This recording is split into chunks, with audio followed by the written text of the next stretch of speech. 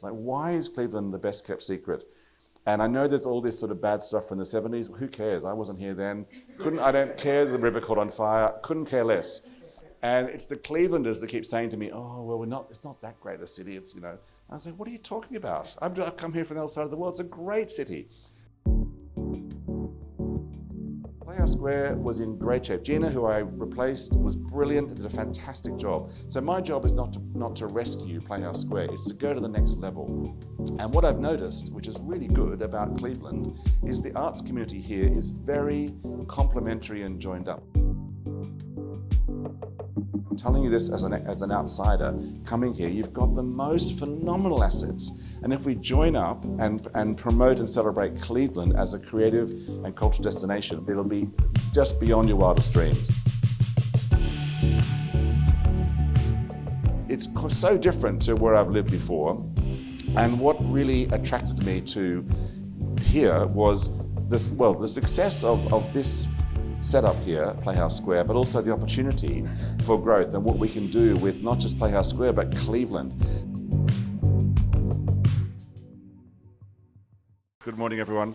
I had one of those kind of anxiety dreams. You know, when you're in a dream and you haven't got any trousers on and you arrive at a presentation and you don't know what you're going to say. This morning was like that. I turned up, I said, Thomas, what am I talking about? He said, moments. Okay. So then I had a moment because he gave me his Christmas card, which I'm going to pass around because it requires close examination. I'm not even going to show you. I'm just going to keep passing it around whilst I'm talking. It'll keep you interested. I know, isn't that horrendous? It's great.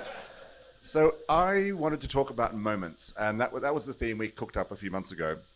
And I've been all over the place and had some great moments in my life. I'm going to end up talking about Cleveland. And you can ask me questions during or after as well if you wish. And Abbas, will you do that when it's just time to stop talking? Because I could talk all day. I love an audience. So I worked in Sydney, and then I went to London, and now I'm here in Cleveland. And I had the pleasure of working on some extraordinary events. And a lot of the events and places I've worked are very large. And then that notion of moment or moments is fundamentally important in planning huge events. And the Sydney Olympics was a great example. We did a 4-year cultural program from 97 through to 2000. And we had no idea what we were doing. We were very young. We were making up as we went along. There was a bid from they do a bid for the games where you basically, it's like a pitch document to win the right to host the games. And Sydney won. I think it beat Paris and LA at the time and Singapore. And we were given the bid document, and we had to then put on the Olympic Games, which is the largest event in the world. And I was about 33 years old. I thought, I have no idea what I'm doing. Another anxiety dream. And the bid document was very vague. It just said there will be a 4-year cultural program and 4 festivals celebrating blah, blah, blah, whatever. So we basically threw that out and started again. And the important thing was when it came to the year 2000, which is when the games were on, we had to make sure that we competed and beat the sport, because sport was everything. You know, the Olympic sporting events are massive. You can imagine the marathon and the swimming and all these things. So we structured our program to be a series of moments. And by that I mean cornerstones, because if we didn't have big, impactful cultural events featuring a lot of artists from Australia and around the world, we would have been just lost in all the hubbub and all the noise of the Olympic circus that had come to town. So we had a 6-week program, 4 weeks prior to the games and 2 weeks during the games. And there were moments dotted throughout. And the first moment was it was called the Superdome, which is a new venue they built for the Olympic, I think it was for basketball or something. I wasn't pretty into sport. I'm a bit now. I love the Browns, for example, you know. I'm a good luck charm for the Browns, is that right? Yeah. Because every time I go, they win. I've only been once. Anyway, I'm sorry, I digress. So the first event was a massive Mahler concert. It was called the Symphony of 1000, a Mahler 8 at the Sydney Superdome, which you'll know the music. Fantastic. It's called Symphony of 1000 because the choir is 1,000 people. So we had choristers from here, from the UK, from Korea and all over, and opera singers from New York and Germany and so on. It was a big nightmare. It was a nightmare to organize, but it was a great event. That was the first cornerstone. And we had a few others. I'll give you just one more because it's a very funny story. I'll give you 2 more actually. The second one was we had a big visual arts program, and visual arts was great because with visual arts you can graze rather than attend. You know, if you have a 7:30 curtain or a matinee in between sporting events, you lose out to the sport. So we did a very big visual arts program because the galleries opened early and stayed open late. So after the sport, you could wander into the gallery and see some indigenous art or some video art or whatever and that kind of thing. So they worked really well. And I had a visit from the Israeli Consul General. Came to see me about a week before we went to press with our brochure, because in those days you had brochures. This is pre-internet. And he said, I'm interested, what is Israel's contribution? Like, how are we featured? I said, oh, well, Your Excellency, it doesn't really work that way. I mean, we don't have a sort of roster. It's just whichever countries are interested have contacted us, and we've got some amazing indigenous American art, for example, and some extraordinary stuff from Greenland and blah, blah. He said, but Israel must be represented. I said, well, okay, here's the thing. If you can pony up something, you would need to fund it because we have no money left. You need to find a gallery because the galleries are all full, and you need to do it really quickly because we're about to go to print with this brochure. And 2 days later, I got a call from the guy who ran the state gallery. And he said, Craig, I just had the most extraordinary phone call from the Israeli Consul General. He wants to bring us the Dead Sea Scrolls. I said, what? I said, can you do that? He said, I thought they were in a cave somewhere. He said, no, that's okay. They're under perspex or something. I said, well, have you got room? He said, we'll find room. So this exhibition came. I mean, these things are incredible. They're significant and valuable, and they had to alter all of the flight patterns of the planes to be so many kilometers from the gallery for security and insurance and all sorts. So that was a moment. And then the last moment I'll tell you about for the Sydney Olympics was, again, going back to this thing about trying to compete with the sport and get a bit of a focus.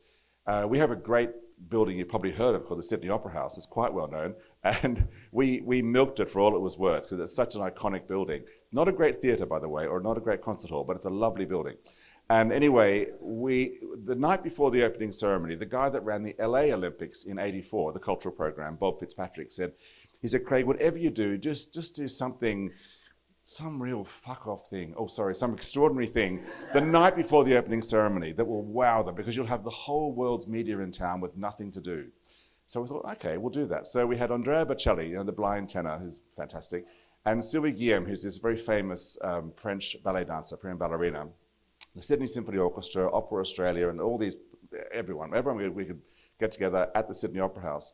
And the moment was actually Andrea Bocelli standing out the front of the Sydney Opera House, holding the Olympic torch. It was given to him by Olivia Newton-John, and he gave it to Pat Rafter, and that was all, it was star-studded and wonderful. I had to go to Lausanne to negotiate for him to hold the torch because he wasn't an official torchbearer, and that's a big thing with the Olympics. So for someone who's not a torchbearer to hold the torch is, it's sacrilegious. Anyway, they agreed. So he's holding the torch, and at that moment we'd worked out that we were going to put we had the Olympic rings on the Sydney Harbour Bridge, which is the big old bridge just nearby, and we had the moment worked out that when he held the torch and started singing Nessun Dorma or something, the lights would come on the bridge. But the only person allowed to turn the lights on the bridge was one of the union road workers for the Department of Main Roads. He wasn't a show guy, he was just a guy. Ernie was his name. So at the rehearsal, my stage manager said, Ernie, when I say go, just turn them on. He goes, yep, got you, mate, no worries. Okay, so we're there, had the rehearsal, it's the evening, Olivia Newton-John runs along, everyone's screaming and cheering, and she hands him the torch, and he holds it up, and Karen, my stage manager, Ernie, now. He goes, now what? Ernie, turn the lights on right now. So, and the lights came on. So I think I lost about 20 kilos that evening. So that was a moment.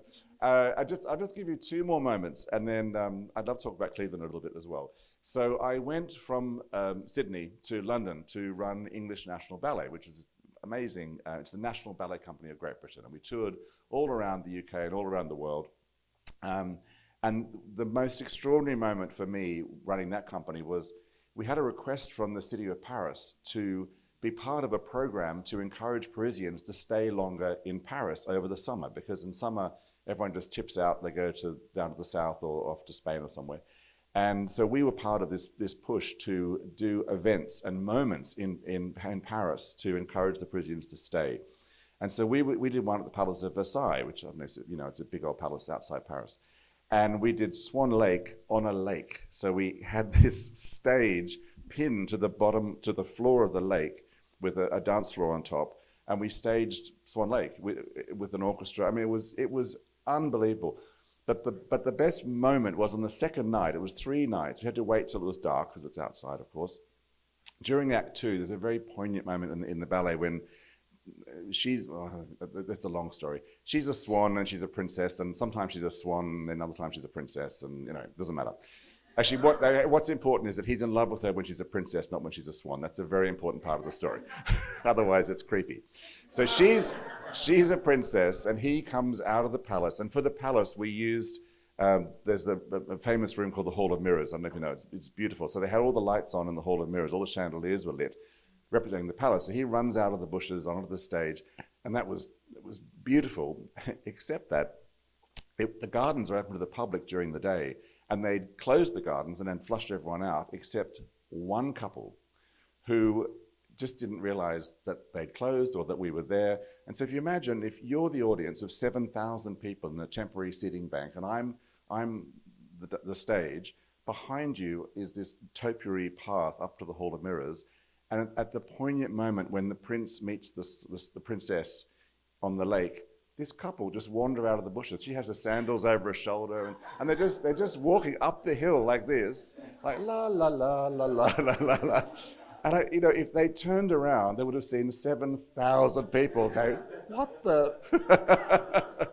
So that was a moment.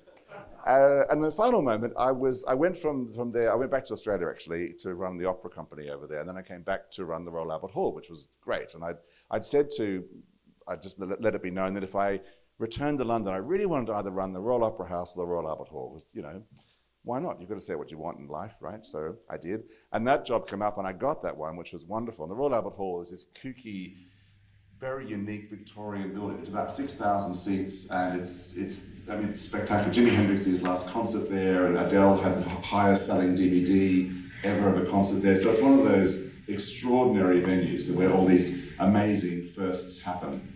And in fact, it's the only place in the world where the Rolling Stones and the Beatles have been in the same bill on the same night. And it was the Pop Proms in 1967. And I don't know who headlined who, but they were both on stage on the same night, which was phenomenal. Anyway, so my moment was, we did a lot of film premieres. The James Bond films were always premiered at Royal Albert Hall. Very British, and the Queen used to come and that sort of thing. And we had a Star Wars premiere. It's a film called The Last Jedi, if you remember it. I forget where it comes in the list. And this a while ago, because we had Prince William and Prince Harry both coming along as the sort of royal guests. So, and the protocol is, if you have a member of the royal family coming to your building, you have to go and say hi.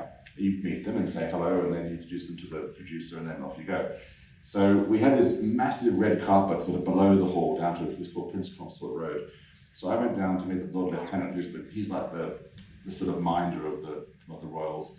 So I met him, and Disney wanted Prince William to meet, there's a little droid called BB-8, do you know that one, this little round thing? So they said, okay, so Craig, you have to introduce Prince William to BB-8 on the red carpet. I said, you've got to be kidding. I said, is that even allowed? I said, no, it's all been cleared with his people and their people, and it's all fine. And then just, does he know? He said, yeah, he's fine. I said, okay, so William and Harry get out of the car, and they wander up, and then there's this little thing. I said, Your Royal Highness, I've got it. He said, I know, it's fine. I said, Your Royal Highness, BB-8. Well, it doesn't have any hands, so he just kind of waved at it, and off we go. I thought, this is the most extraordinary job I've ever had in my life. Anyway, that was London. Then I came here. So I came here, I'll tell you why I came here, because I had a call from a headhunter in Atlanta who said, Craig, I've got this job. It's in Cleveland, Ohio. Don't hang up. Let me just tell you a bit more about it.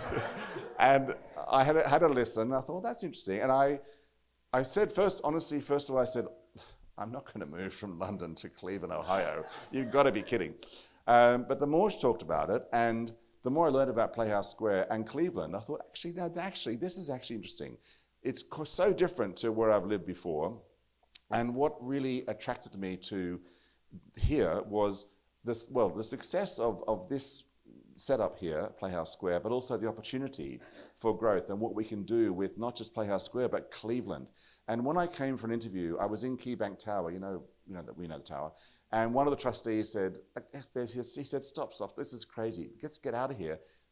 Show him the theatres, we've got to show him the theatres. So we raced down, had a whistle-stop tour of 4 or 5 of the 11 or 12 theatres, and I was absolutely blown away. I couldn't believe that we have this here in Cleveland. These assets are phenomenal. Now, I say this now, but I've been here for how many months, since February. The KeyBank State is 3,200 seats, and it's immaculate and acoustically and operationally excellent. That's bigger than any theatre in London's West End, and pretty much every theatre in New York except the Metropolitan Opera. And that's in Cleveland, Ohio. The subscribers, we have 44,000 season ticket holders here, which is more than any other center in the country. I mean, the next highest, I think Chicago has 22,000. Now that just shows the appetite for culture here in Cleveland is really, really high. So I was very keen to come. And there's also a bit of, I think, a post-COVID malaise. I think we all thought, well, the world didn't end, so what are we going to do now? What's next? And I thought I could just stay in London, but I thought, what an adventure. And I also thought, well, I'm just here by myself. If it's a terrible idea, I'll just go back. Well, it's not a terrible idea, it's a great idea, and I'm still here. And I bought a house, so I'm staying.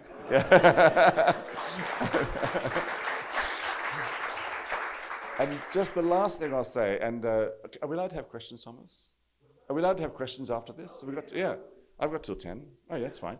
The last thing I want to say is, when I came to Playhouse Square, it wasn't that I was being helicoptered in to rescue this failing organization, which I've done before, and between us, the ballet company was a failing organization. I had to turn it around and sort it out financially and artistically, and we did, not just me, but a great team. Playhouse Square was in great shape. Gina, who I replaced, was brilliant and did a fantastic job. So my job is not to rescue Playhouse Square, it's to go to the next level. And what I've noticed, which is really good about Cleveland, is the arts community here is very complementary and joined up. I don't get any sense, like the orchestra, for example, we don't compete for donors or audiences or airspace. And they're sort of kind of the big four, the Rock Hall, the orchestra, us, and the Art Museum. But there's also layers and layers of individual artists, small theatre companies, performance spaces that I'm getting to know. I mean, you'd agree, it's incredibly strong. It's a diverse music scene, and it punches above its weight.